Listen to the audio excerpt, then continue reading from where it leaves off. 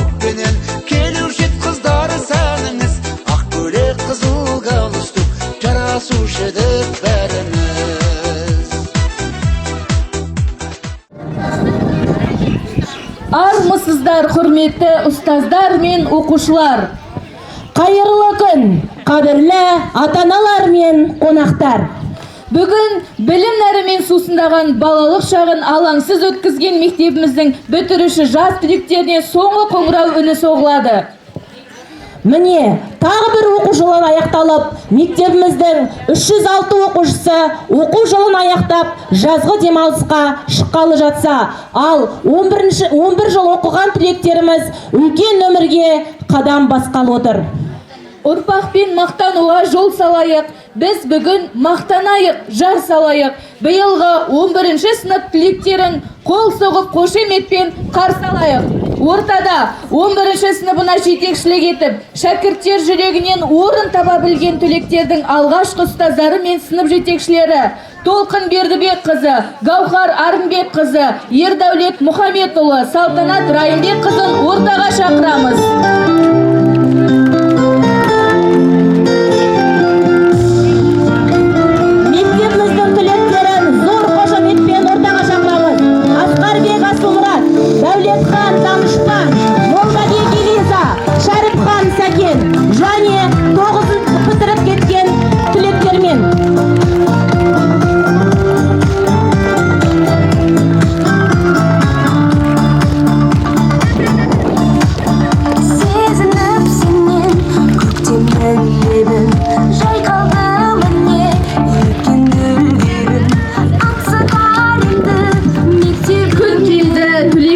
Шырқалатын, тарихтан 20 жылдық нұр таматын, келді олар артта қалған балалықтың ән қылып көтерем деп шырқабатын, тағдырын тура жазып өткеніне келгендей бала кездің көктеміне оралды олар міне ұстазына, оралды олар міне мектебіне. 20 жылдық кездесуге келген түлектерді ортаға шақырайық.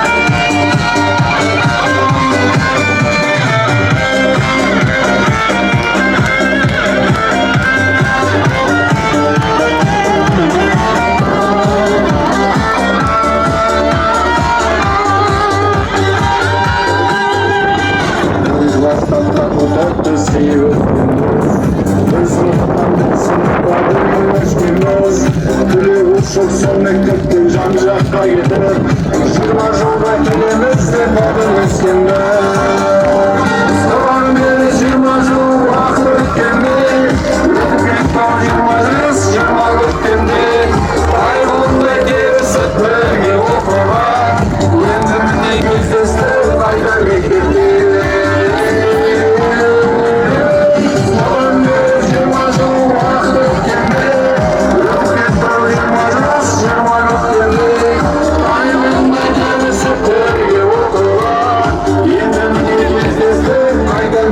Yeah.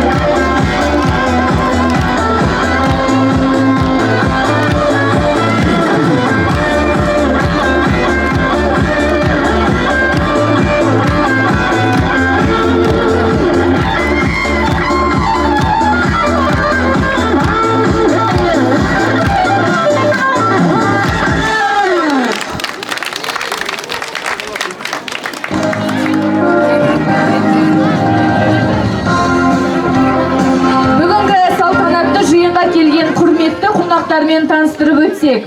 Панфилов ауданының құрметті азаматы, аудандық ақсақалдар алқасының төрағасы Керімқұлов Тоқтарбай Әкімұлы. Ата-аналар комитетінің төрайымы Қасенова Махаббат Ерланқызы. Және де ардагер ұстаздар.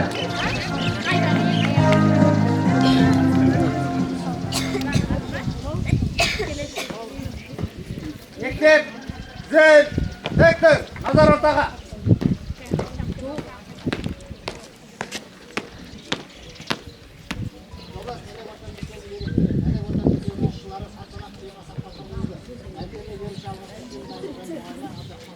Мәлімдеме қабылданды.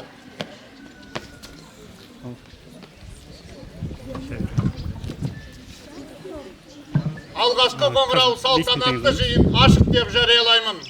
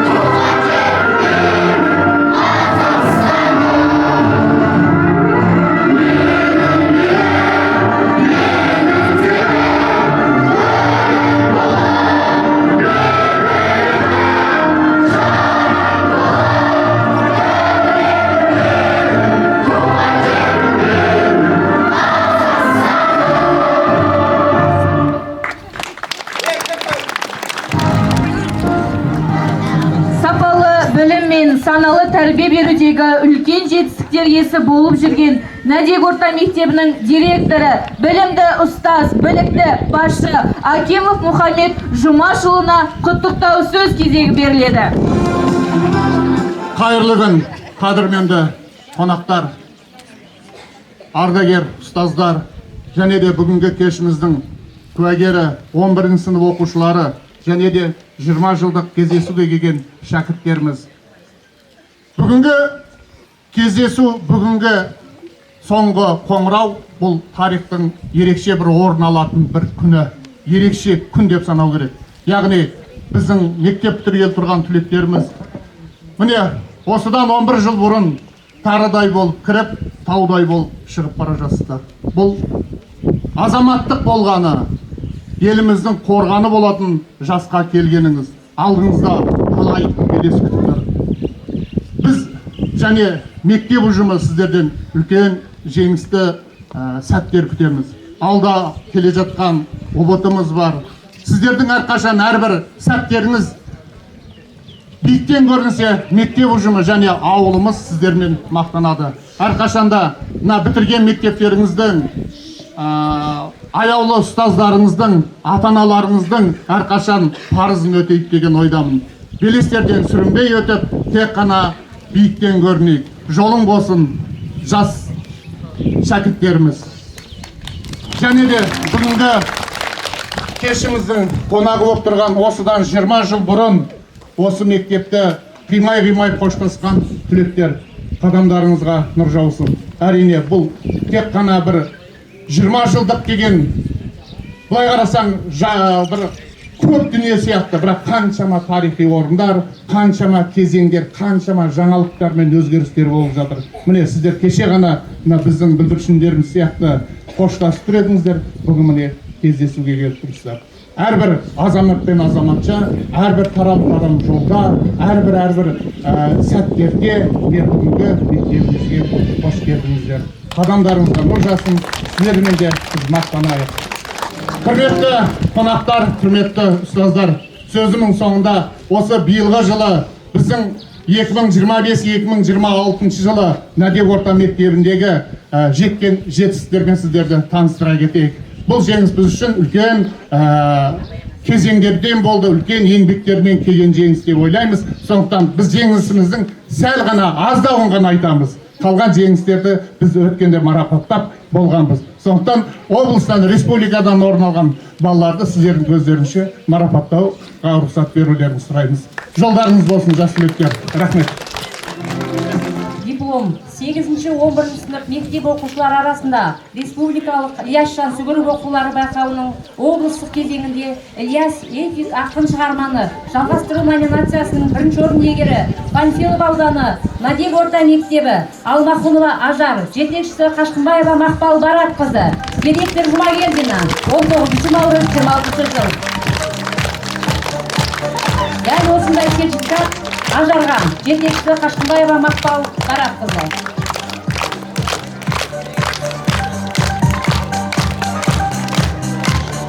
Диплом 8-11 сынып мектеп оқушылары арасында Абай оқулары республикалық шығармашылық конкурсының облыстық кезеңінде Абайдың ақын шәкірттері атты номинациясы бойынша 3-ші орын иегері Панфилов ауданы Надев орта мектебі 9-ші сынып оқушысы Дәулетжан Ермұхамед марапатталады.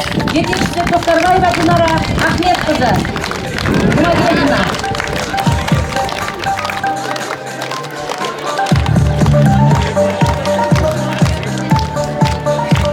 Сертификат 8-11 сынып оқушылар арасында республикалық Ильяс Жансүгіров оқулары байқауының облыстық кезеңіне қатысқанын растайтын сертификат Панфилов ауданы Надев орта мектебі Тұрдақын Аяру 10-ші сынып жетекшісі Рахметбаева Гүлбәшін Мадалімқызы, Жұмагелдина директоры.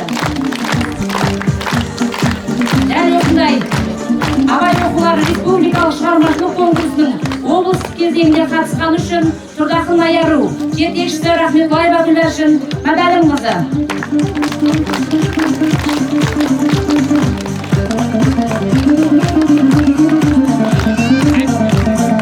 Облыстық Бат Қайранбаев оқулары байқауының өмір сүргім келеді өлеңімен жұптаса бағыты бойынша бірінші орын иегері Надев орта мектебі 9-ші сынып оқушысы Дәулетжан Ермұхамед, жетекшісі Қашқынбаева Мақпал Баратқызы. Жүнісіз.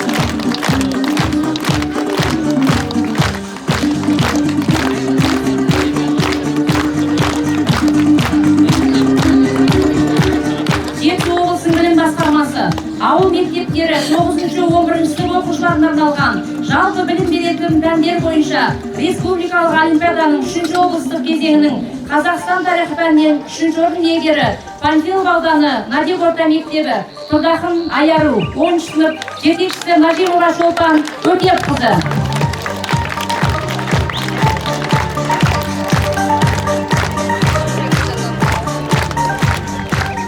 Диплом 1-ші дәрежелі мемлекет басшысы Қасым-Жомарт Кемелұлы Тоқаевтың «Адал адам, адал еңбек, адал табыс» атты бағдарламалық мақаласындағы ұлттық құндылықтарды білім беру саласының мамандары мен білім алушылардың арасында кеңінен насихаттау мақсатында өткізілген үздік дарынды оқушы атты республикалық байқауына қатысып, жеңімпаз атанған 6-ші сынып оқушысы Бердақын Рыскелді Нұрғалымұлы марапатталады.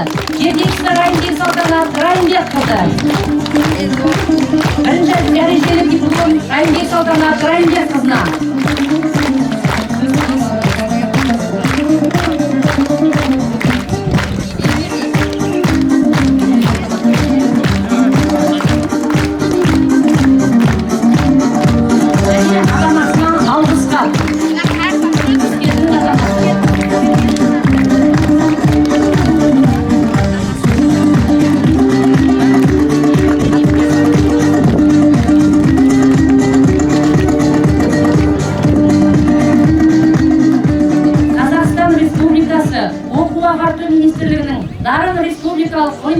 педагогикалық орталығы 3-ші дәрежелі диплом, 9-11 сынып оқушыларына арналған қаржы және экономикадан республикалық олимпиаданың жүлдегері Жабықбай Айерке, жетекшісі Тұрғанбекова Мақтагүл Тұрғанбекқызы.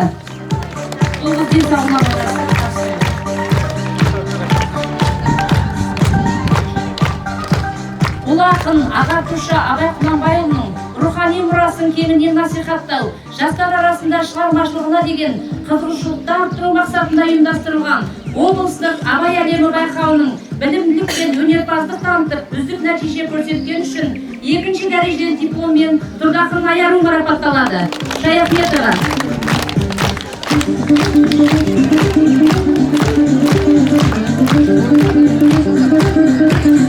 Жетісу облысының білім басқармасы мадақтама Қазақстан Республикасы тәуелсіздігінің 35 жылдығына орай Айбын облыстық әскери-патриоттық жастар жиынында әскерилендірілген эстафета номинациясы бойынша Панфилов ауданы Надек орта мектебінің оқушысы Шаяхмет Нұрсұлтан марапатталады. Басқарма басшысы орынбасары Қасымов.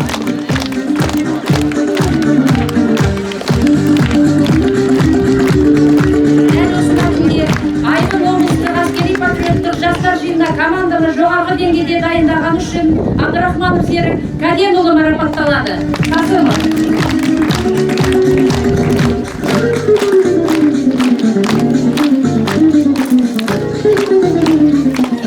Қымбатты оқушылар, ұстаздар, алған марапаттарыңыз құтты болсын.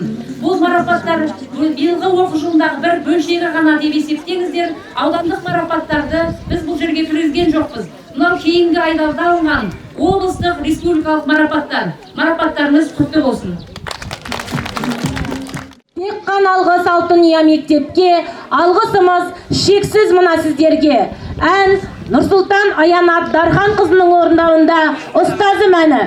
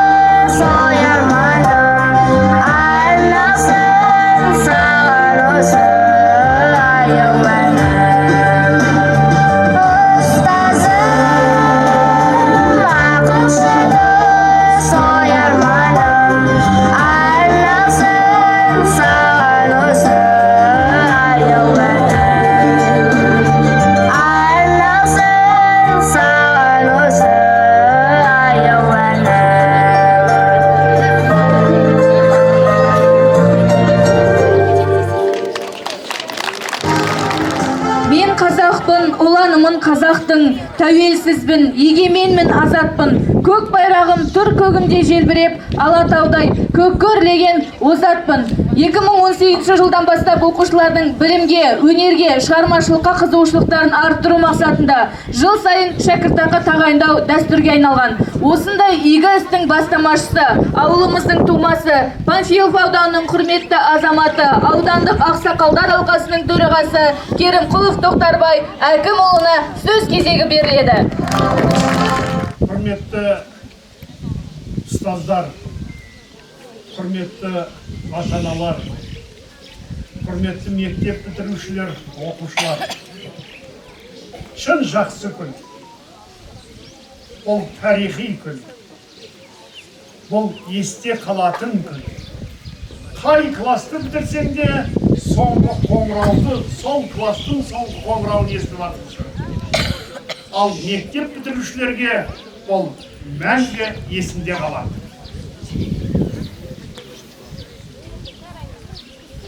Болашақ сіздердікі дегенге онша бала кезде мән бермейтінбіз. Осы елдің тұтқасы сен дегенге бала кезде онша мән берілмейді. Ол шындық осы елдің, осы жұрттың, осы мемлекеттің тұтқасы, ол осы отырған сіздерсіздер. Көк байрақ сіздерге қарап желбірейді, сіздердің мүмкіндіктеріңізге қарап желбірейді. Сондықтан ел, жұрт, халық, қазақ, Қазақстан сіздермен бірге ел болады. Сондықтан мектеп бұл алтын ұя. Қазір еске түсіп отыр, біз өткен ғасырдың 64-ші жылы осы мектептің табалдырығын аттаған екенбіз. Бірақ мен Қанапия осы жерде біраз осындағы азаматтар Мейрамқұл бізбен бірге, Құдай берген, Анар, осы азаматшалар барлығымыз 64-ші жылы осы мектептің табалдырығын аттадық. Онда мектеп мынадан ары қарай бір 50 метр жерде мектеп болатын. Қазір көз алдыма келіп отыр. Қолдан жасалған парта, сияқот, содан соң перомен жазылатын қаламсап. Мойнымызда қолдан тігілген кітап салатын сөмке. Дәл сондай болып мектепке кіріп, осы мектептің түлегі болған едік ағайын. Қазір бірталай адамдардың көз алдына сол уақыттары өтіп атқанына күмәнім жоқ. Сіздер бақыттысыздар. Анау 20 жыл бұрын бітірген азаматтар келіпті. Сіздерге де құтты болсын ағайын. Шынымен ақ сіздер де 2 ғасырды көрдіңіздер. Бала кездеріңізде болса да, осы мектепті тамамдап, ертең бұлар да дәл осындай тіршілік жасайтынына ешкім күмәнданбайды ағайын. 2007 жылы, 2006 жылы осы жердегі Қанапияның бастауымен біраз азаматтар келіп, осы мектептің көне екендігін айтып, мына мектепті салуға біраз шаруа жасады. Жаңа мектеп салынды. Бүгін сіздер оның түлегісіздер ағайын. Ал енді мектеп бітірушілерге, сенің болашағың өзіңнің қолыңда. Осыны есіңде сақта. Сенің ертеңің де, сенің еліңнің ертеңі де сенің қолыңда. Сен қандай азамат болсаң, дәл сол ел, сол жұрт сенімен мақтанатын болады. Билікке немесе тақта отыру міндет емес, кез келген сенің жасаған тіршілігің, ол сен үшін, өзің үшін тақ. Сондықтан ата-аналардың атынан ағаларың ретінде айтарым, жолдарың болсын балалар. Алла бастарыңнан бақ кетірмесін, астыларыңнан тақ кетірмесін, дендерің сақ болсын, елдің, жұрттың, көптің, қазақтың мақтанышы болыңдар. Алла жар болып ақ жол тілеймін. Ал 20 жылдыққа келген азаматтарға бірталай дүниені көрдіңдер. Көп емес, но дей салғанмен де. Енді Алла мына осыған аман есен жеткенге тәубалау керек. Содан соң енді ұрпағың өсіп, ертеңің болашағың өсіп, соларды жетектеп, солардың үлгілі атанасы болып, өздерің елдің азаматы болғандарыңды қалайтын ағаң деп есепте. Бастарың аман, бауырларың бүтін, көп болып, көл болып, мәңгілік ел болып жүріп жасын. Рахмет. Мынау 18-ші жылы ойланып осы жерде бұл бір анау жақсы оқыған балаға кішкентай қол ұшымызды беріп сый тартайық деген оймен болған тіршілік еді, сол жалғасып келе жатыр. Мына биылғы жылы Ажар Қанатбек қызы жеңімпаз атанып, осы облыста, республикада халықаралық байқаулардың үздігі екен. Биылғы жаңағы сый ақы Ажар Қанатбек қызына тапсырылады.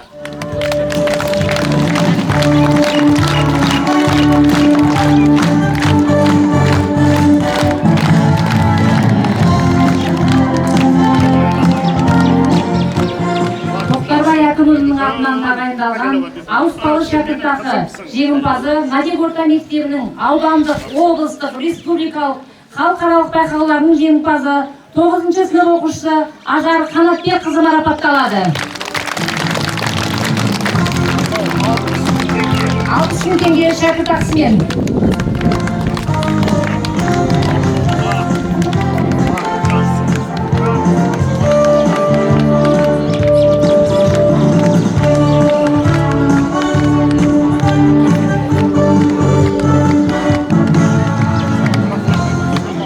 Рахмет аға. Жақсы күндерде кездесейік. Рахмет. Рахмет. Қонақ деген ырысың мен мерейің.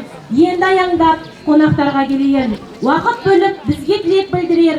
Сөз кезегін қонақтарға берейін дей келе, келген қонақтарымызға құттықтау сөз кезегін берсек. Ардагер ұстаздарымыз Абдрахман ағай мен Ғани апайға сөз кезек беріледі.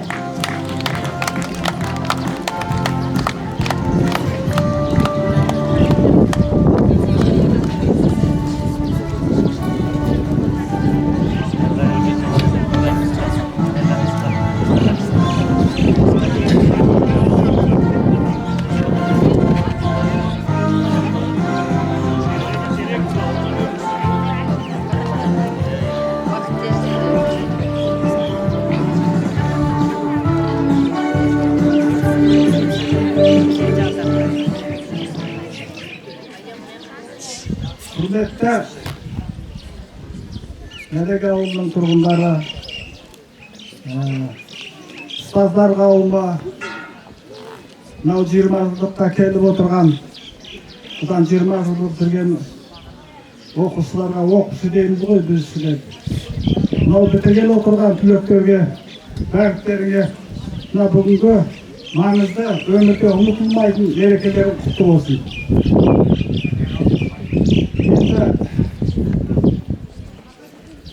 Бүгінгі мынау айтуын мерекеде азда болса еңбегіміз ескеріп, осы кісілер осында жұмыс жасап еді. Мынау кішкентай кезден берілген ата-ана мен ұстаздың бірлескен еңбегінің нәтижесі деп ойлаймын. Сондықтан бүгінгі мерекелеріңіз құтты болсын. Сіздерге түлектер, сіздерге біздің жолымызды берсін деп тілейміз.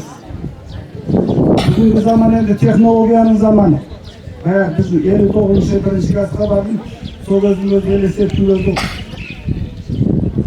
елестетсеңіздер көз алдарыңызға келеді. Сондықтан білім менен тең келетін өмір. Сондықтан сайыстарда талаптарың оң болып, оқуға түсіп, өмірден өз орындарын табуына тілектеспін мынау түлектерге. Барлықтарыңызға рахмет. Мына мереке құтты болсын.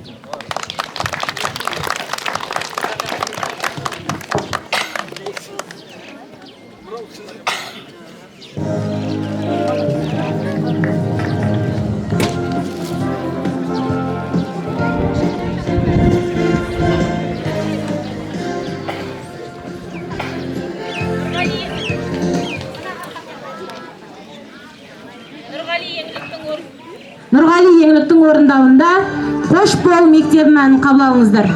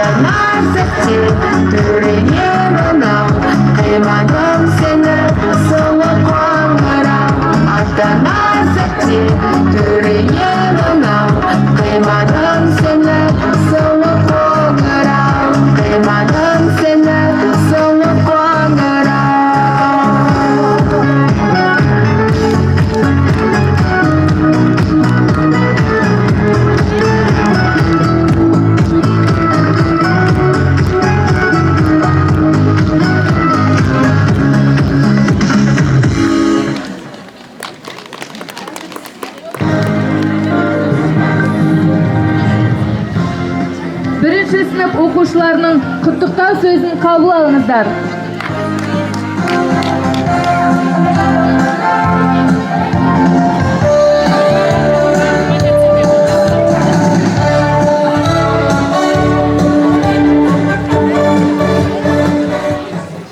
Мектеп деген білім кені, жыр кені.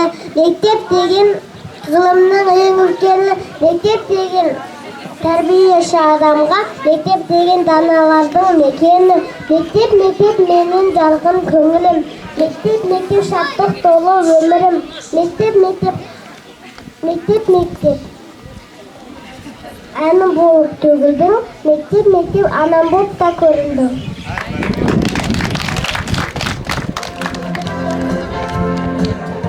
Ақ жұлдыздай жарық шашқан түндегі, нұр сәулесін төгер ұста жүрегі. Болашаққа сол жүректен адал, самғай берсін шәкірттердің тізбегі. Өлкеміздің айналсын өркеніне, сенімдердің айналсын серпедіне, тек сәттілік елінің ертеңіне. Аға әпке төлеттер қоштасатын күн жетті. Мектеп толған естелік, балалық шақ гүлдепті. Сіздерге біз тілейміз. Жол менен бақ қонсын, биік арманда әрқашанда шат болсын.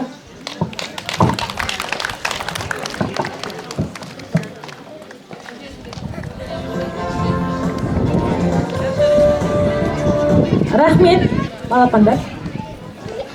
Нұрлы үмітін арқалаған арқаға, жан сәулесін тарататын баршаға, шын пейіл мен құрметімізді көрсетіп, түлектерді шақырайық ортаға дей келе. Келесі құттықтау 11-ші сынып түлектеріңізге беріледі. Ортаға бітіруші түлектердің атынан сөз сөйлеу құрметі Шәріпхан Сәкен Шәріпханұлына беріледі.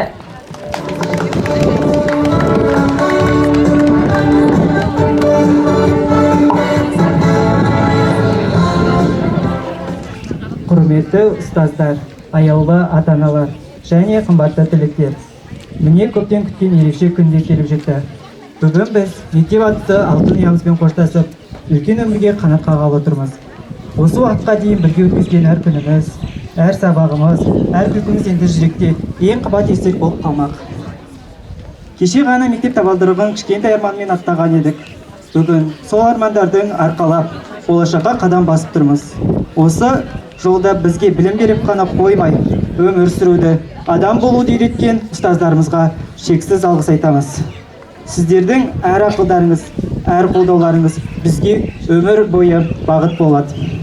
Аяулы ата-аналарымыз, біз үшін жасаған барлық еңбектеріңізге, төккен маңдай терлеріңізге рахмет. Біздің қуанышымыз үшін алаңдап, әр жетістігіңіз бізден артық қуаныңыздар.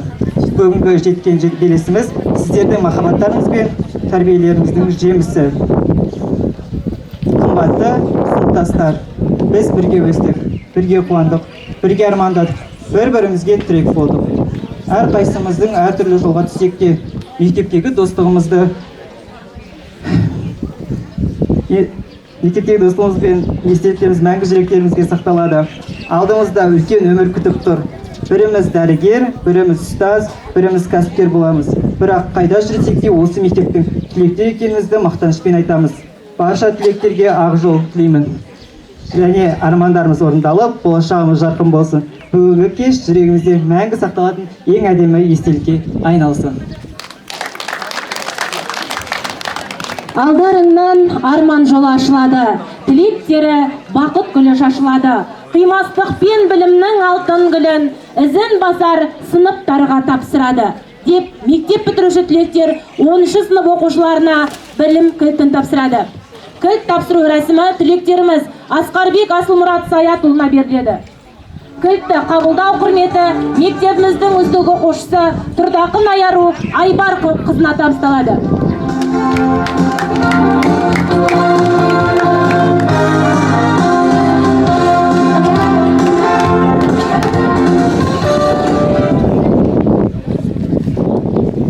Білімге басқан жастарың, ғылымды іздеп өмірге сапар бастадың, алдында тұр үміт. Білімде құйып санаңа, шәкірт болыңдар білікті, орнымызды біздің басар деп тапсырамыз сендерге алтын.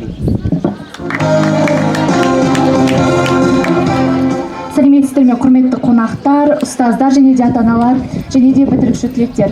Құрметті түлектер, алтын кілтті табыстағандарыңызға көп рахмет. Бұл кілт біз үшін үлкен жауапкершіліктің, сенім мен үміттің белгісі. Сендердің жолдарың ашық, алар асуларың көп болсын, болашақтарың жарқын болсын, барлықтарың грант иегері атаныңдар. Рахмет. Бақыт деген не өзі деп бастады топ класты. Бірі оны үйден іздеп, бірі қырдан әрі асты. Бақыт деген мектептегі балалық шақ емес пе? Қажетінше білім алсаң, бақыттысың емес пе? Бір айтады, бақыт деген барлық байлық емес пе? Керегіңше бақыттысың емес пе? Жоқ, бақыт деген қолың жетпес мансап қой. Жұрттан ерек, жүрсең бөлек, соныңыз жақсат қой. Бір айтады, бақыт деген жүйрік мініп қой тойлау, ісің болмай, келбетіңе қарын қойса картойлау. Шүкірлердің даласына осылай мен жолықтым. Бақыт адам баласына келмес оңай соны ұқтым. Мектебімнен мұғалімнен байлықтан да достан да мансап бұған әуестіріп алғанда.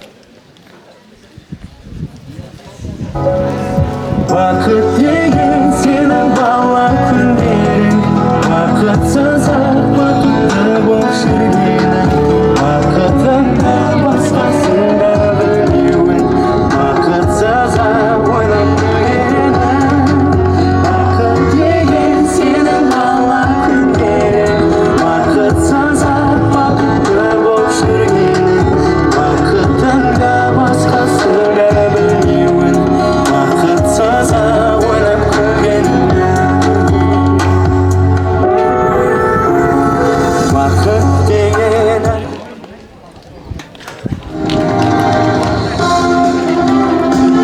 Білімді ұрпақ еліміздің тірегі, түлектердің лүпілдейді жүрегі.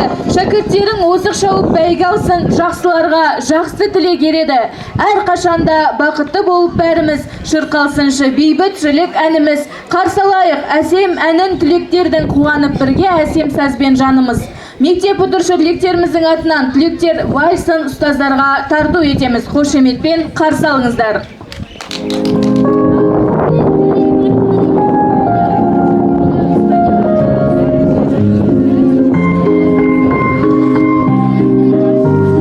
Сағынбай, сені қалай жүремін жанымда. Болсаң бойлай беремін, бақытым сенсің жаным. Өзіңмен атсың әрбір таңым, сеніммен саған айдайын мен, болайын жақын адамыңмен. Жарым ғана сан айдарым көп саған, өзіңмен бір жолықсам. Мен сені тым сирек көруге себеп, сағындым сені жаным.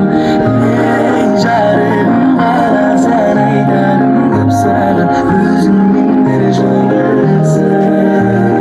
Мен сені тым сирек көруге себеп, сағындым сені жаным, сені жаным.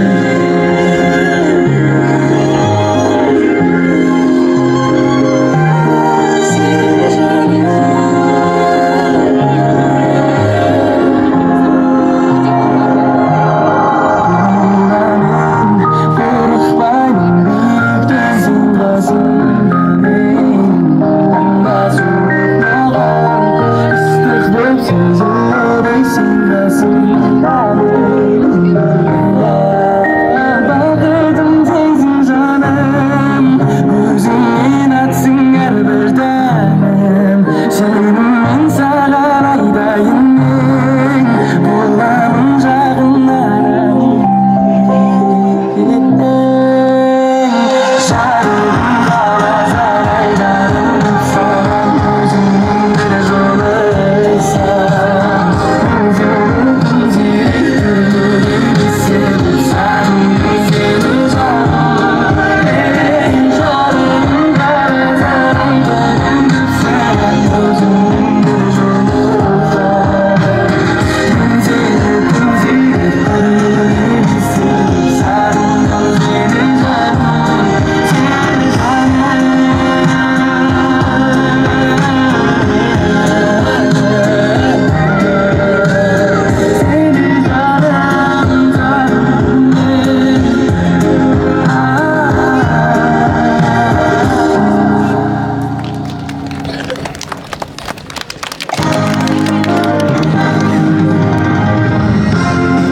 Мектеп деген киелі ой ғажабы, тынысымен тіршілігі ғаламат. Болашақтан болашаққа самғайтын, түлеп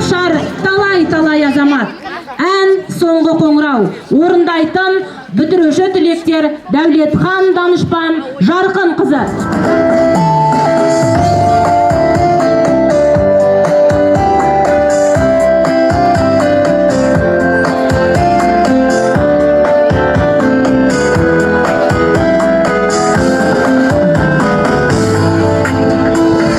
Білімдерін толтырдық біз кеудеге, қателікте болды бізде кей жерде. Үйретуден жалықпаған ұстаздар, жанашырды бола білдің көп жерде, көп жерде. Қош бол енді мектебім менің, сенде оқып, сенде көктедім. Қоштасар сәттің алтын ұяңмен, байқамай қалдым келіп жеткенін. Қош бол енді мектебім менің, сенде оқып, сенде көктедім. Қоштасар сәттің алтын ұяңмен, байқамай қалдым келіп жеткенін. Ұмытпаймыз біз сіздерді мәңгілік, жадымызды бізге тұрар жалғарып. Келешектің алтын нұрын сепкендей, алдымыздан алайланды таң күліп, таң күліп. Қош бол енді мектебім менің, сенде оқып, сенде көктедім. Қоштасар сәттің алтын ұяңмен, байқамай қалдым келіп жеткенін. Қош бол енді мектебім менің, сенде оқып, сенде көктедім. Қоштасар сәттің алтын ұяңмен, байқамай қалдым келіп жеткенін.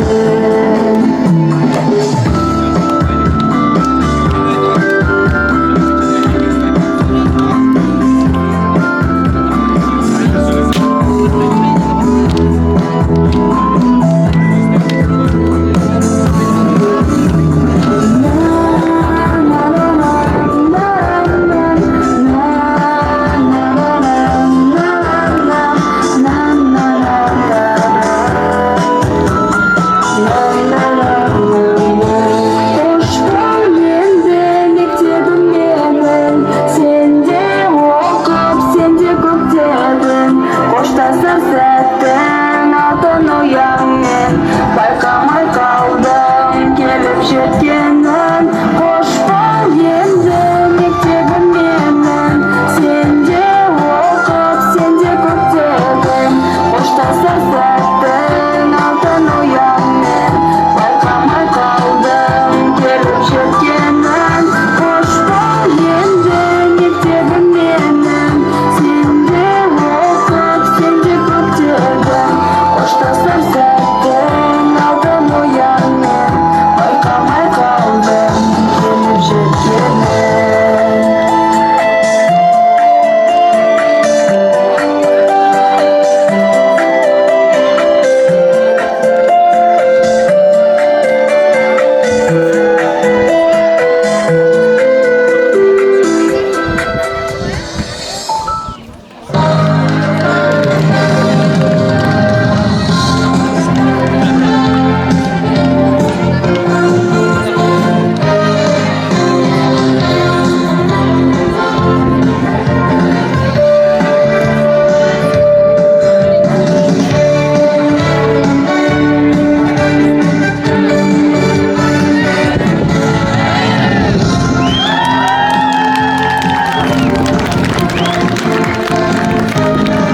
Бәрісін араласың өмір аулың, бәрі үшін қоштасарда қоңырау мұң.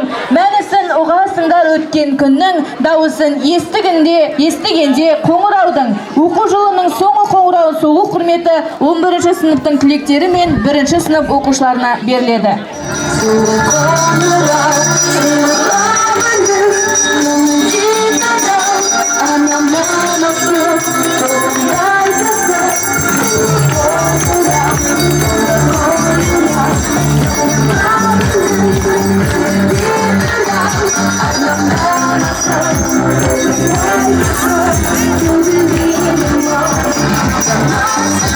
I'm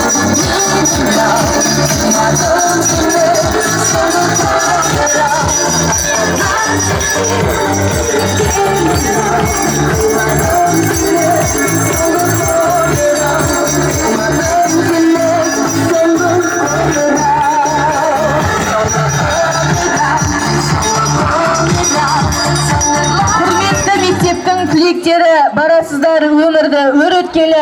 Әр жылы осы күнін қимастықпен соғады ұстаздардың жүректері. Қимастыққа толтырған жүректерін, шәкірттерге арнаған тілектерін, мектеп ана ұсынып жүрек лебін, ұшырады тағы да тілектерін. Сапарларыңыз сәтті болсын. Қорытынды сөз мектеп директорына беріледі. Құрметті қонақтар, құрметті оқушылар және 20 жылдық кездесуге келген осы мектептің түлектері. Бүгінгі кеш міне өз мәресіне жетті. 11 сынып оқушыларына табыс тілейді. Белестерің, алатын белестерің биіктен болсын. Әрқашанда осы мектебіміздің қуанышын, мәртебесін асқасын, шәкірттер болуға жазсын. 20 жылдық кездесуге келген осы мектеп түлектері Алтын ұя мектептеріне қош келдіңдер. Әрқашанда сіздерге есігіміз ашық. Биік белестерден сіздердің де алатын орындарың биіктен болсын. Біз сіздермен мақтанайық және де Алтын ұя мектептеріңді ұмытпай келгендеріңізге алғысымыз шексіз. Осы сөзді келе қазір ғана келіп қолымызға түсті бір мадақтау қағазын сіздердің алдарыңызда беруге өтініш жасап отыр. Сондықтан осы диплом, осы мектебіміздің, осы біздің ұжымдас дейтін ұжымдасымыз сол кісіге бір мақтау қағаз жіберілген екен, соны тартып өтуге рұқсат етіңіздер. Диплом бірінші дәрежелі аса көрнекті қоғам және мемлекет қайраткері Әлихан Бөкейхановтың 160 жылдығын құрметіне арналған бір туар ұлы тұлға атты халықаралық ғылыми тәжірибелік конференцияда жасаған жоғарғы дәрежелі құнды баяндамасы үшін Жарқыбаева Меруерт марапатталады. Тағы да тура осындай мадақтау қағаз Қазақстан халық артисі Дәнеш Рақсовтың 100 жылдық мерейтойына орай оның шығармашылығы ұлттық руханиятымыз асыл қазынасы атты халықаралық өнер қауымға арналған семинарлық тренингте сөз алып, әншілерге арналған өз өлеңін оқи отырып, толық жоғарғы дәрежеде ойын жеткізе білген үшін Жарқыбаева Меруерт марапатталады дейді. Марапатыңыз құтты болсын, әрқашанда биіктен көріңіз.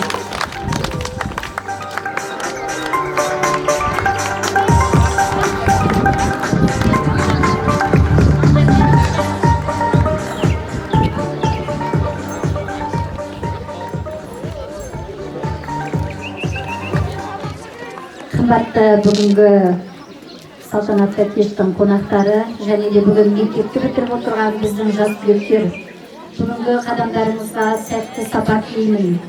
Алла алдағы өмірлеріңізде тек қана бақыт пен қуаныш аңсаған армандарыңызға жетіп, биік белестен көрініп осы ұжымымызға жақсы деген ат әкеп берулеріңізге Алла нәсіп етсін. Ал бүгінгі 20 жылдық кездесуге келіп отырған осыдан 20 жыл бұрын бітірген түлектері келген қадамдарыңызға Алланың нұры жаусын.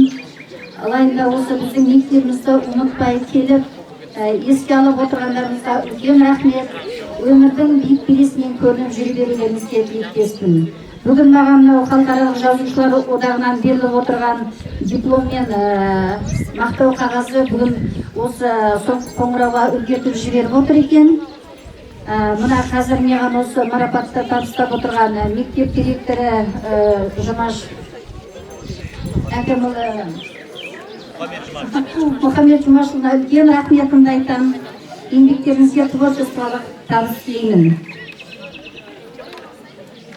Мектеп деген білім кені, жыр кені, мектеп деген ғылымның ең үлкені, мектеп деген тәрбиеші адамға, мектеп деген даналардың мекені деп баршаңызға осы бүгінгі салтанатты мерекелеріңізбен құттықтаймын. Рахмет.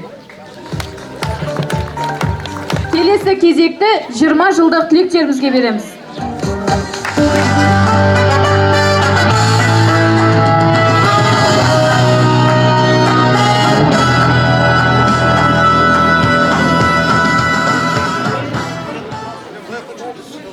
Армысың, Алтын ұя мектебіміз.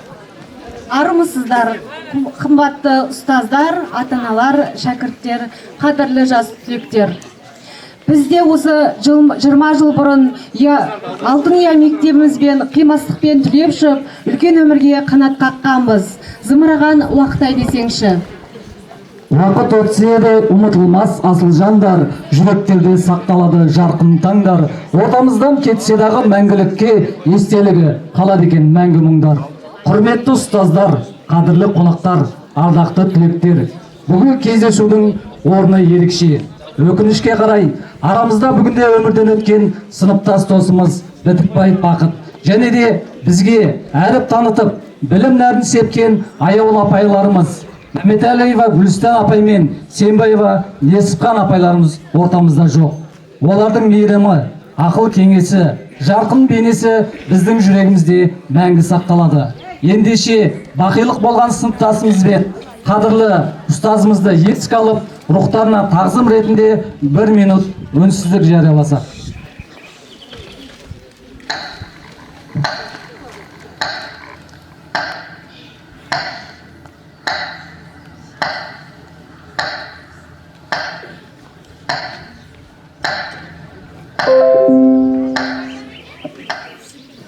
Рахмет.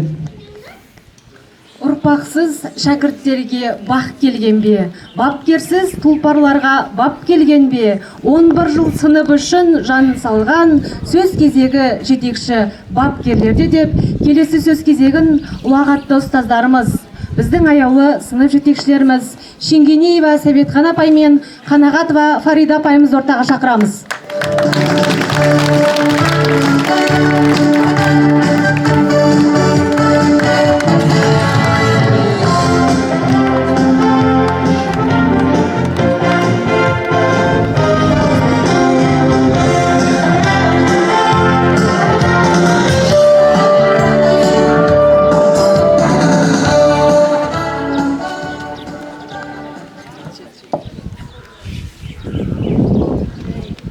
Құрметті қонақтар, ұстаздар, оқушылар, мына биылғы мектеп бітіріп отырған түлектер және 20 жылдан кейін Алтын Ұя мектебін және білім нәрімен сусындатқан ұстаздарын еске алып келіп отырған менің шәкірттерім, бүгінгі мереке құтты болсын. Барлықтарыңызға денсаулық тілеймін.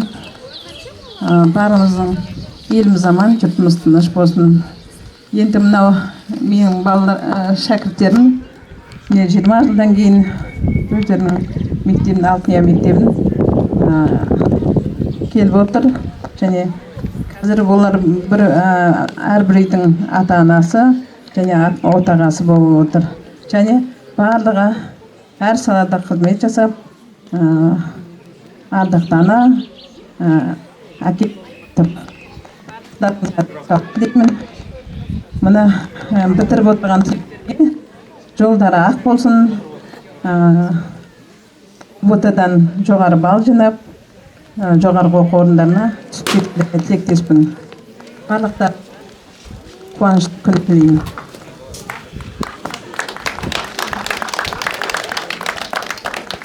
Мынау Ерімқұл Тоқтарбайдан кейін сөйлеу маған қиын болып тұр. Тоқтарбай менің сыныптасым. Тағы ұстаздардың ұстазы деп мына жерде менің ұстаздарым отыр бірен-саран. Солардан кейін сөз сөйлеу қиын болып тұр. Енді сонда да бір-екі сөз айтайын. Мынау ата-аналар құрметті ұстаздар, мерекелеріңіз құтты болсын. Мына 20 жылда артқа тастап, осы жерде білім алдық қой деп Алтын Ұяларына келген біздің ұлдарымыз бен қыздарымызға үлкен рахмет еске алып келгендеріне. Сонымен қатар қанаттар қатайып ұшайын деп отырған 11 сынып оқушылары жолдарың болсын, өздерің армандаған, қиялдаған мамандықтың иелері болыңдар.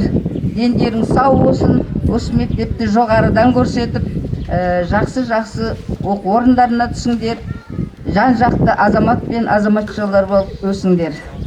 Енді мына тағы да өзімнің мына бала-шағама зор денсаулық балаларым. Осы мектепті 20 жыл болса да еске алайық, білім берген мұғалімдерді амандасып айтайық. Мектептің алдына кеп жүздерін көрейік деп келген қадамдарыңа нұр жаусын, отбасыларыңа амандық, дендерің сау болып, қазір біз мына Изат екеуміз немерелі болып жатырмыз. Алда ән айтып жатыр екен, қуанып отырмыз, марқайып отырмыз. Өсіп өніңдер, биіктен көрініңдер, жанұяларың биіктен көрінсін, бала шағаларың аман болып өстіп, аман есен жүре беруіңе тілектеспін. Рахмет сөз бергендеріңізге.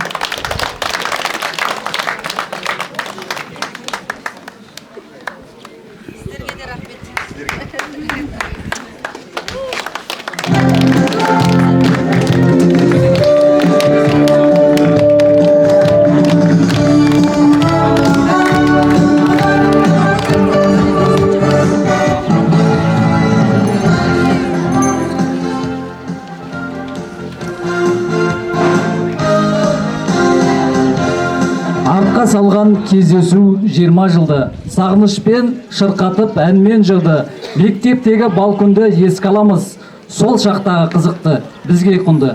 Ән қыздардың орындауындағы әсем әнге кезек берейік.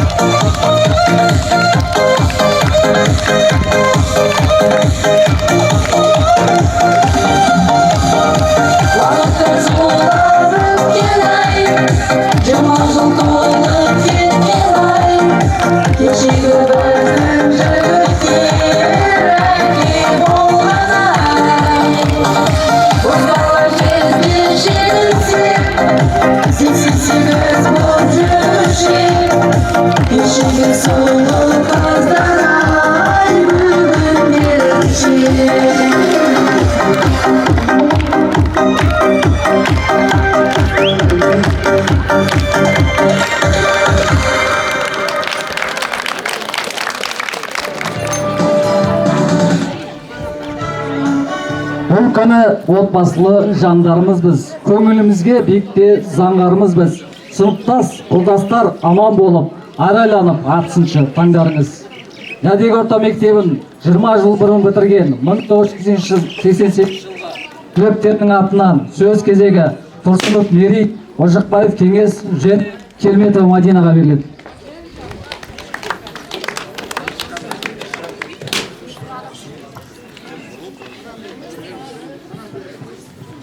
Қайырлы күн, құрметті қонақтар, ұстаздар, оқушылар. Біз енді 2020 жылғы түлектерміз. Біз бұл мектеп табалдырығын 1995 жылы аяқтап, 2006 жылы бітіргенбіз. Енді біз бұл мектепте ескі мектепте оқығанбыз. Бұл мектеп біз үшін үлкен бір шаңырақ болып тұр. Қалай дейміз?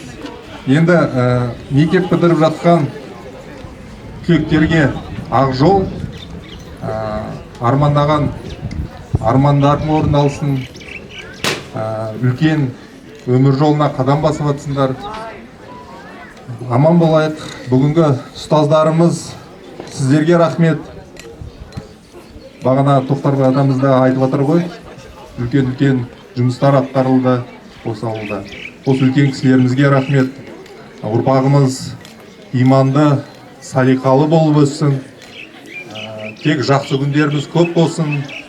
Тек жақсы күндерде кездесе берейік. Осы ұстаздарымызға рахмет. Бірінші Алла, осыдан кейінгі осы ұстаздарымыз өмір жолына білім беріп,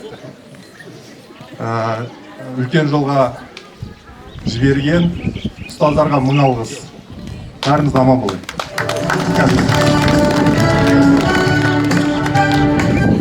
Ассалаумағалейкум, құрметті ұстаздар, ата-аналар және оқушылар.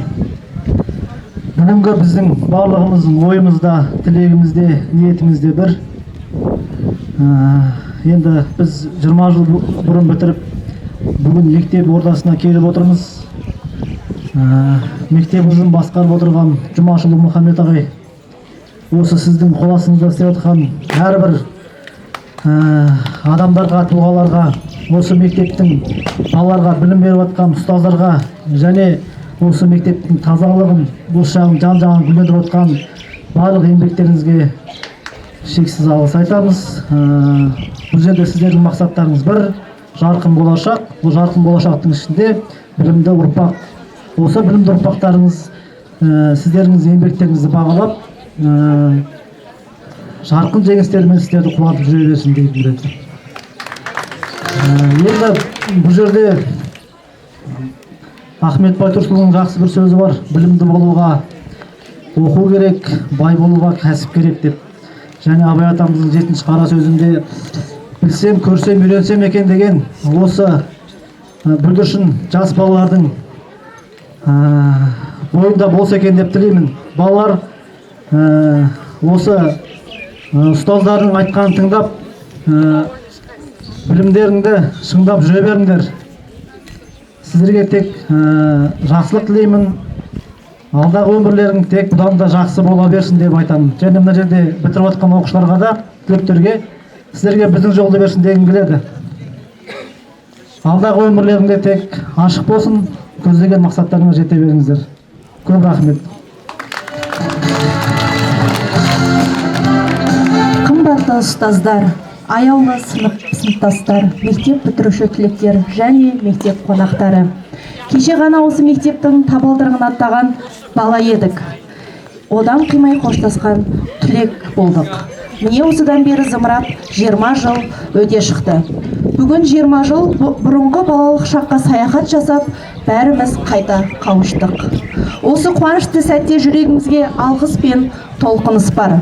Мектеп біздің тек білім алған жеріміз емес, өмірді таныған киелі шаңырағымыз. Есің әрдайым ашық, мәртебең биік болсын сүйікті мектебім. Қымбатты ұстаздар, сіздердің төккен терлеріңіз бен шексіз төзімдіктеріңіздің артында үлкен еңбек жатыр.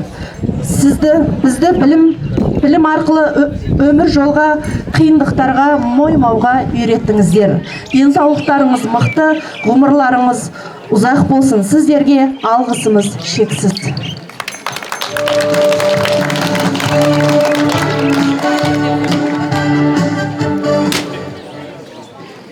Мектеп маңы толып жарасымға, ізгілікте мейірім бәрі осында, өмірге қанат қақты жас өрендер, асыл арман ойлатып санасында деп, жүректері лүпіл қаққан қимастықпен, қуаныш, аңсау мен арман сезімдер арналасқан. Осынау сәтте өмір жолының алғашқы қадамында тұрған жас түлектер.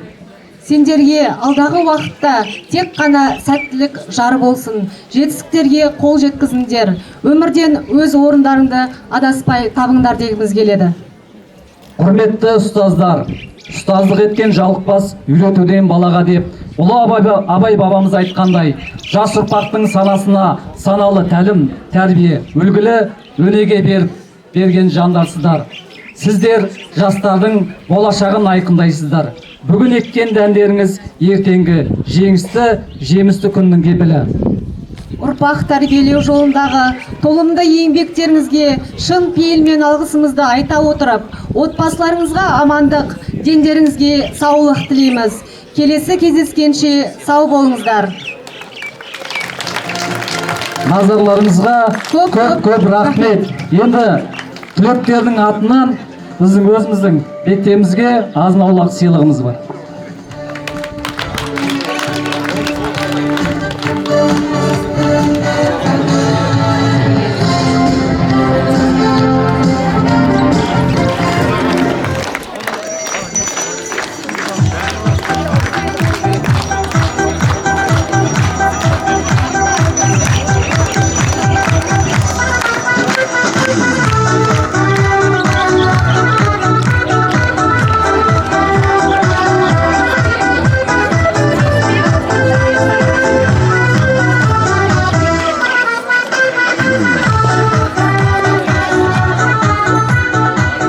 Енді ұстаздарымыз арада мұғалімдер кабинетіне арнайылап алдық. Сол жерде дем алып отырсын деген ниеттен алдық. Назарларыңызға рахмет.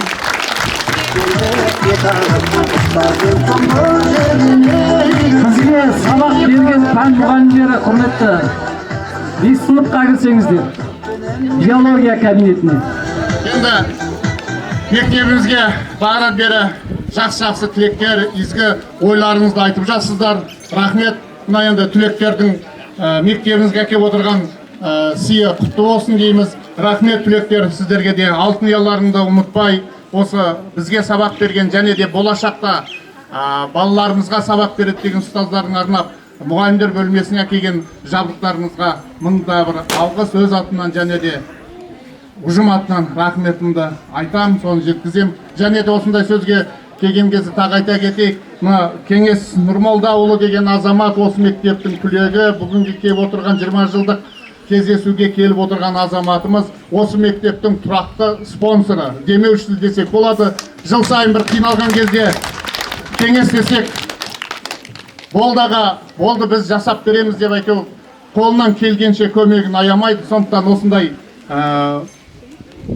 ниетіңе Алла разы болсын, осындай көпшіл бол. Рахмет, ел жұртыңды, алтын ұяңды ұмытпай келгендеріңе рахмет. Құрметті 20 жылдықтар, сіздерге алғысым шексіз, жақсылықтар жүздесейік. Рахмет сіздер сыйларыңызға.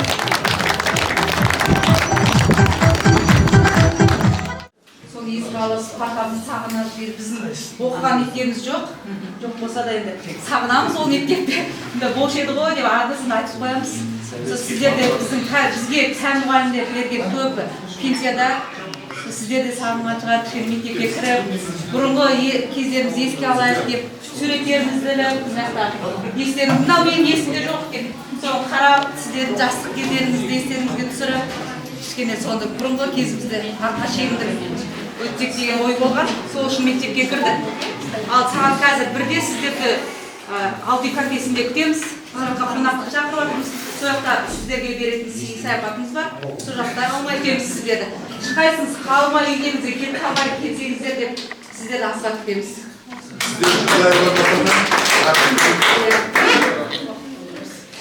Ең бір естеліктеріңіз болса, дұрыс толған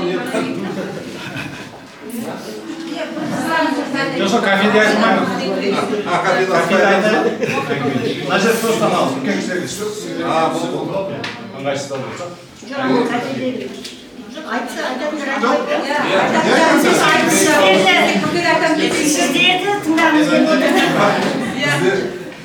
Айтатындарымыз айтты қыздар. Ұрысқан дейді, ұрысып, жарысып. Сіздер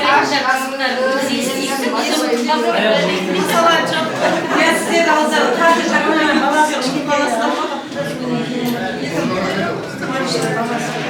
онда біз есімізге түсіріп айтайық сіздер оқушылар айтыңдар кезіндегі өздері қызықтарыңды осындай кезде айта алмаған апайларға көп қайық жеді деген сияқты қазір ондай жоқ болса мектеп кезінде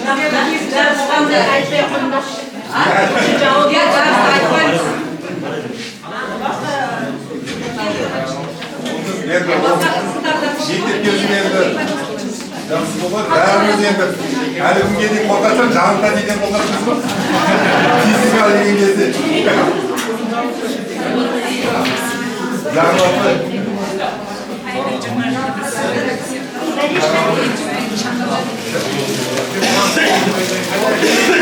Кеңестің кезінде Жаңыл апай. Жаңыл апай бәрінің есінде шығар.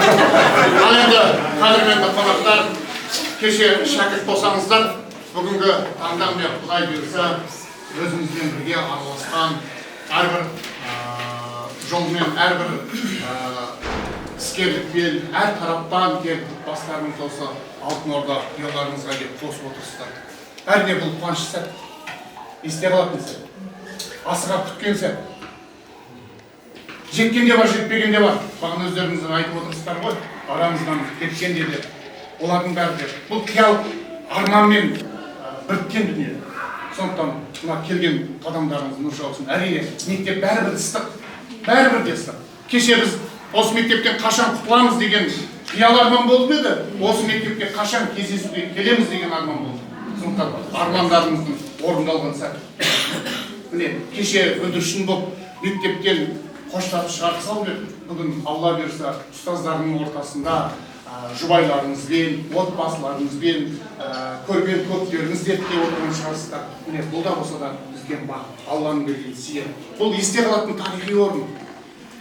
Еш уақытта біз мектепте қазақтар жақсы мақал бар ғой, адам ауылдан кетсе де, ауылдан адам кетпейді деген. Сондықтан міне кетпегенсіздер. Сондықтан асыл аналарындай болған ұстаздарыңды көріп, мектептерінен көне мектепте оқыдыңыздар, білемін. Оны елестетіп қана қаласыздар қазір. Өмір ғой енді ол. Сондықтан жаңа болу керек. Бұдан да жақсы мектептер салынып жатыр қазір. Сондықтан бұған да біз шүкір дейміз, Алла дейміз. Кеше өткенде азаматтар келіп жолыққан бізге осы мектепке келсек, қайтеді, осындай дүние жасасақ, біз актіңіз алып та берген Зайналайын келіндер қалаған класстарыңызды берейік деп.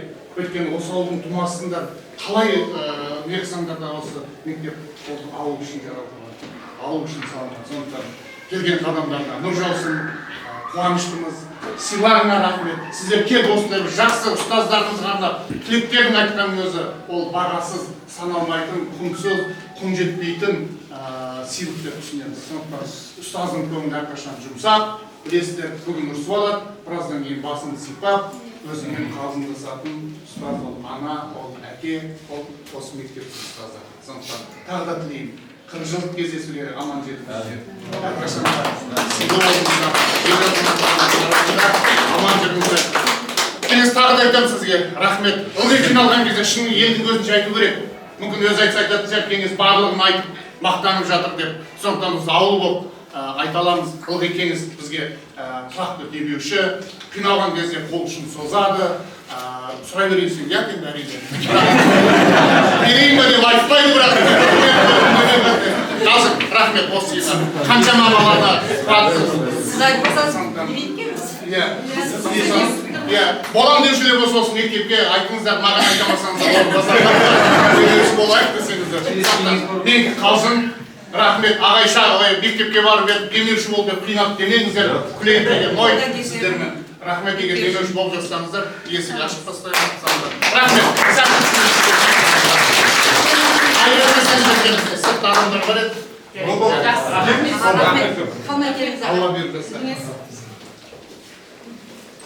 Біздің кезімізде Абдрахман аға директор болған ол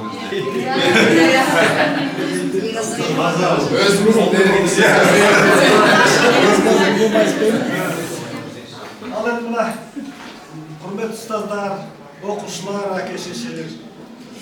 Мына бүгін ерекше күн болып отыр. Өзіңді өзің жаңағы кім екеніңді, қандай адам екеніңді, ұстаздың қандай адам екенін есіңізге түсіріп, ризашылықтан жаңағы толқып отырған жайымыз бар. Енді әлгі сендердің бір жағы ата-ана, бір жағы көбіне жаңағы жан-жақты дамуларың әсер еткен ұстаздарға оны ғой. Сондықтан бұны білгендеріңе үлкен рахмет. Осыны түсінгендеріңе сондықтан.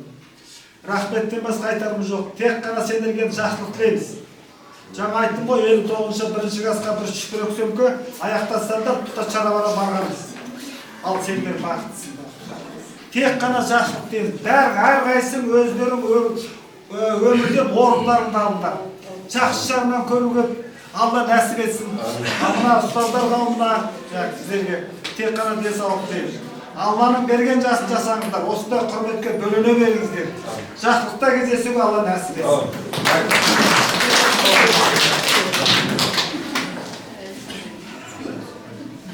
Енді қалған кафеде жалғастырамыз. Сөйлейді жоқ, сөйлейм деген сөйлеген.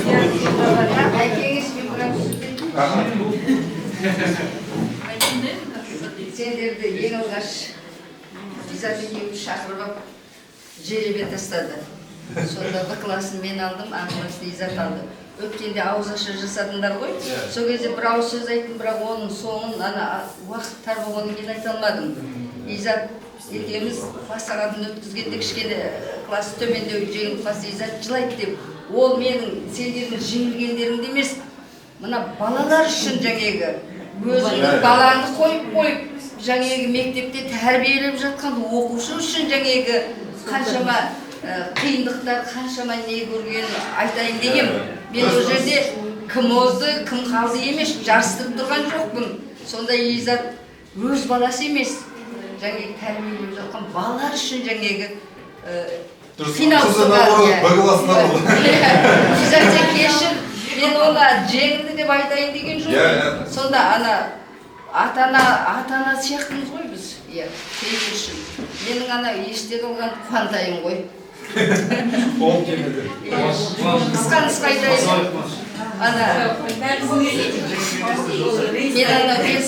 денсаулығыма байланысты, оның үстінде класста балалар оқуға кетіп бақта 2 класс бітірді. Мен бір бүйректен айырдым ғой, шыны керек.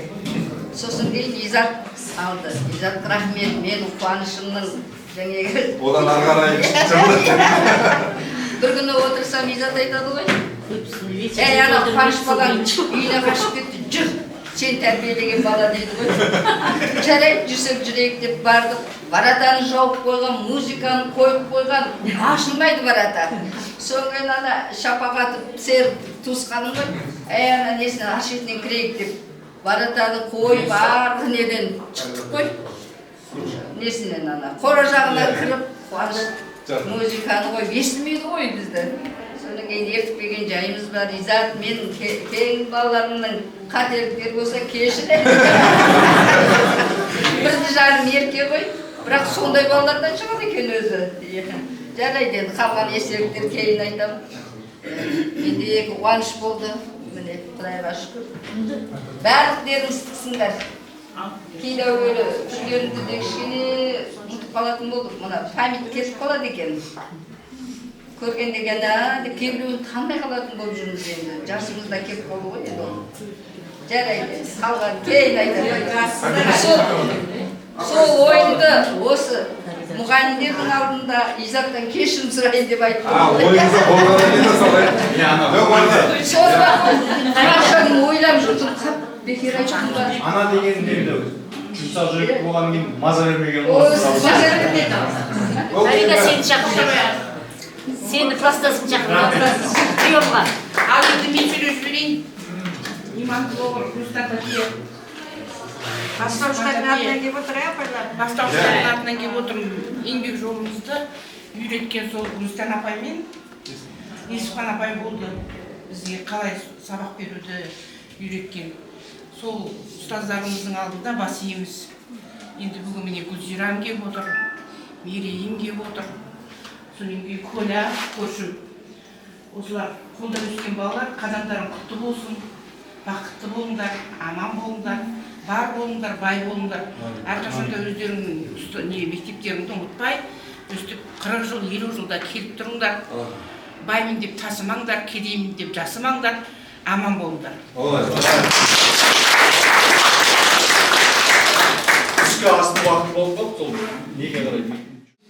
Бүгін енді ұяларына келіп, аяу ұстаздарымен кездесіп, өздерінің жастық шақтарını еске алып, отырғандары өте бір жақсы нәрсе. Бұның өзі де бір ғанибет. Қандай жақсы. Бізде мысалы жасымыз кеп қалса да, сол 20 жыл бұрынғы кездеріміз көз алдымызда елестеп жатыр. Енді ұстаз деген өзі сондай бір мамандық екен ғой, өте бір қиын да, қызықты да. Осы балалармен жұмыс істеу деген, сол сендер кішкентай 1-ші классқа келсе, сол 1-ші класстың оқушылары сияқты, 11-ші класты бітірсе 11-ші класстың оқушылары сияқты. Әзір 20 жылдан кейінге келіп отырған сендермен бүгін енді қауышып отырмыз, қуаныштымыз. Мен 20 жыл бұрын зейнеткерлік жасқа шыққан екенмін, содан бері 20 жыл сендер бітіргеннен енді бұл класстың ең бірінші мен есіме түсетіні сендерді 1-ші классқа бөлу кесіп болды. Мен онда жаңағы айтқандай оқусын меңгеріп едім, сол қолыма қағаз алып, Гүлстан мен Еспанға бөліп бердім. Тізіммен бөліп бердім, мен де ондай ой жоқ болған жоқ. Сонымен бөлгеннен бір уақытта Гүлстан келді. Анан Еспанға өте мұғалімдердің жақсы балалар өте. Аған өте жаман оқушылар. Енді сен қарадың ба, мен тізіммен бөлдім. Жарайды онда. Сонымен енді кімге мен енді сөзім жүреді. Соны мен айттым. Мерей қайда? Мерей менен Мерейда. Рүстем қайда? Рүстемда. Сонымен Мерей мен Рүстем Несіпханның классынан Рұстанның классына өтті. Оны кейін кезге дейін кім қылара қоймайды, өз дегенсіз деп бақылайды. Жаман болған жоқ, Рұстан да жақсы, менде шәкірттер шығарды. Сендердің сондай мектепте жақсы оқығандары, үлгілі болғандары, тәрбиелі болғандары, ол ең бірінші сендердің ата-аналарың. Одан кейінгі сендерге сабақ берген ұстаздардың нәтижесі. Бүгін сол нәтижені көріп отырмыз. Рахмет. Сіздерге рахмет.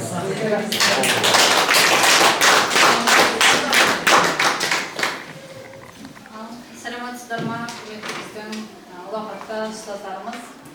Бүгін керемет қуанышты күндердің бірі.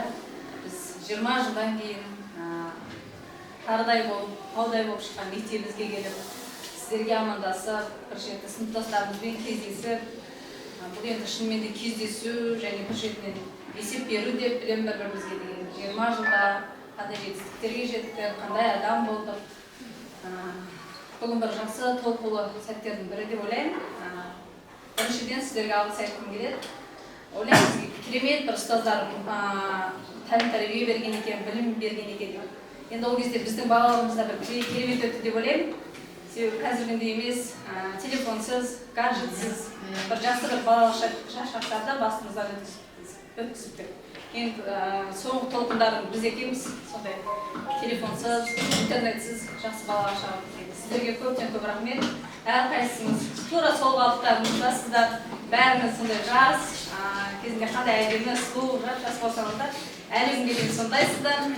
Сіздерге көп-көп рахмет. Басымыз дейміз. Әрқайсыңызға байланысты көптеген естеліктеріміз бар. Бақыт апай бізге ағылшыннан берген, Зет апай берген, Ғани апай математикадан берген, Ғани апайдан кейін Күнәри апай берген. Жаңыл апай айтып жатыр опаған физикадан, шынымен де физика болады дегенде қорқып бірде отырып кетті. Білмейді яғым екен әйтеуір бізге сондай. Анар апай элементі бар еді ғой? Жастап айтады. Анар апай химиядан берді, Нүкағай берді бізге тарихтан, Күләш апай берді музыкадан. Мен құлағай берді еңбеден Жашапай олимпиадаларға дайындайтын естеріңізде болса ана залға кішкентай хорға бірінші дауыс, екінші дауыс деп, одан вокал деп, би деп, ол кезде өнер олимпиадасы болатын есіңізде ма? Сондай бір жақсы кездерді басымызда Хайдам апай бізге орыс тілін берген біздің группаға. Мақтагүл апай, Клара апай берген, Дина апай берген, барлықтарыңыздың орындарыңыз ерекше. Сіздерге тек қана алғыс айтамыз, басымызды иеміз. Сіздердің ұстаздардың алдында білім алып, осындай бір жақсы жетістікке жеткеніңіз сіздердің адам болып қалыптасуым сіздердің арқаларыңыз деп білемін. Сіздерге көп-көп рахмет. Енді қазір осы жерде де дастархан жасап жатыр дейді, бірақ біздің дастархан сағат 1-де Алтын көпесінде сіздерді күтеміз. Қалмай келіңіздер. Мүмкіндіктеріңіз болмаса, жігіттер өздері алып барады. Қалмай келіңіздер, сіздерге арналған дастархан. Сіздермен де әлі отырып балалық шағымызды еске алғымыз келеді. Сондықтан қалмай келіңіздер. Информатика кабинеті болатын, анаңызды күліп жатырмыз ана. Шапочкамен, халатпен. Ол кезде жаңа мектептегі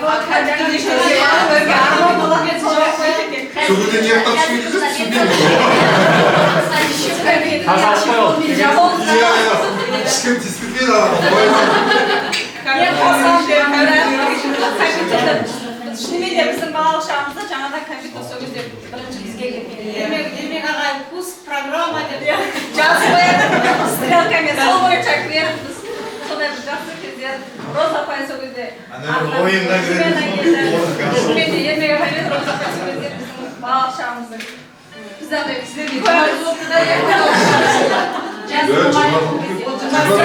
жас мұғалім Роза апай жаңадан алтын барып келіп істейтін. Ағай Роза апай Ермек ағай үйленді бүгін сабақ болмайды.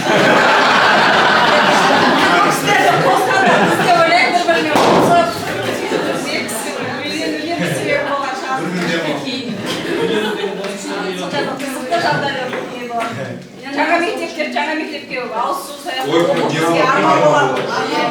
Алтайын 9 бітіргенше ескі мектепте қалдық. Өзімше түрме класста оқығанбыз. А класс бірақ жаңа мектепке ауыстық. Неге олар жаңа мектепке ауыстық?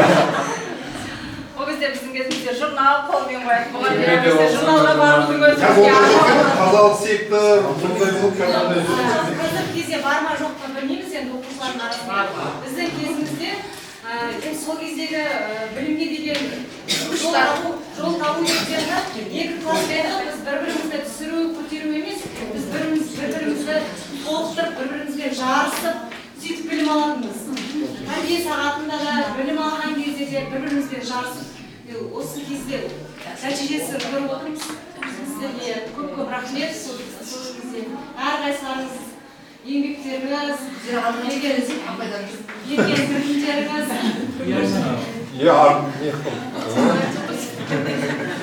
білімдеріңіз, барлықтарыңыздың жүрегімізде. Әрқайсыларыңызды жақсы көреміз. Ешқашан өзгермейсіздер, өзгермейсіздер. Сіздерді жақсы көреміз, отбасыларыңызға амандық тілейміз, тек қана бақыт тілейміз. Біздің әрқайсымыздың өстіп орнымызды тауып, өстіп жарқырап жүргендеріңіз ең бірінші сіздердің арқаларыңыз. Сіздерге басым деймін.